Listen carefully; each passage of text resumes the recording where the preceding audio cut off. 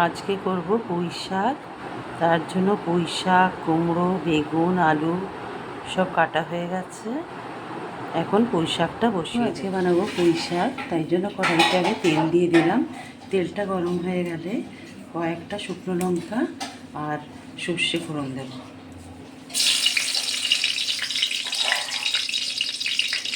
তরকারিগুলো দিয়ে লবণ,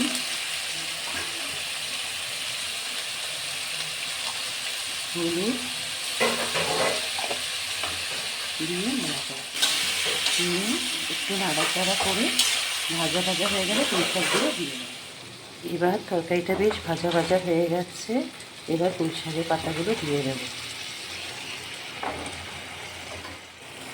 এবার একটু জিরের গুঁড়ো, ধনের গুঁড়ো, কাশ্মীরি লাল মির্চ গুঁড়ো, ছড়ে পুঁই শাকটা হয়ে এসছে, চিনি ছড়িয়ে দিলাম। পুঁই শাকটা একটু গামাখা হলেই নামিয়ে দেবো। পুঁই শাক দিয়ে এই যে পুঁই শাক তৈরি। পুঁই শাকের চচ্চড়ি, আলু, কুমড়ো, বেগুন দিয়ে।